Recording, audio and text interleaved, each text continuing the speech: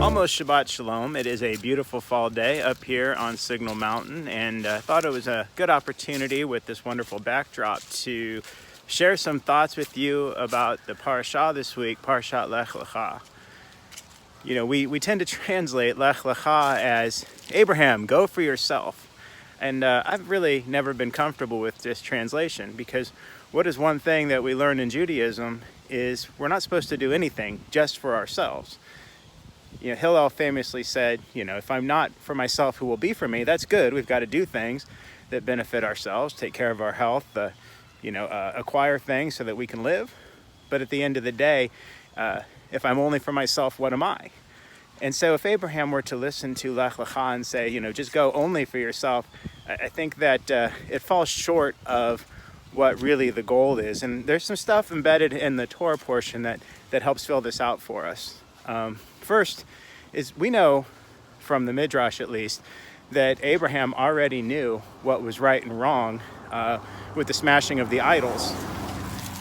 And there's a van that almost hit me. It's okay. I'm walking down the side of the street on the shoulder. But Abraham had already smashed the idols according to the Midrash. And so he already knew something was wrong with where he was in his parents' home, and that probably that he needed to get up and move. And then when God says, Lech Lecha, go, he was already ready and willing to do just what God asked him to do. So what makes a little more sense, at least in my humble opinion, is a different look at the words Lech Lecha. Instead of translating the word Lecha as for yourself, we can look at those two words as being a repeat of the Hebrew root of going. So it's basically saying go and really go, or get up and go with urgency. So even though Abraham already knew that he needed to go, God gave him the final push to get moving. And the reason why there was that final push is that there was more at stake than just what was good for Abraham. And that's when the covenant comes into play. God will say, go, and I'll make of you a great nation. You'll have some wealth, and your name will be great. And so all of those people who agree with you, all of those people that you acquire and build this nation on the way, and your descendants who are going to be as numerous as the stars in the sky, will benefit from your act of going.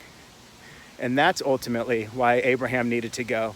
At first, it began with thoughts of the self and his own ideas, but it ended with him realizing that going was for the greater good.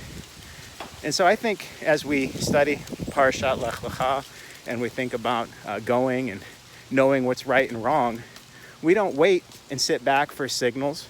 Once you realize something needs to get done, whether it's to separate ourselves from a toxic environment or toxic people, whether it's changing a lifestyle or a habit that needs to make us better, or whether it's really just doing things that will improve our community, build up our family, to build up our friends, to make our name great, we don't sit around and wait, because not all of us have the benefit of God, a deity, speaking to us saying Lech Lecha.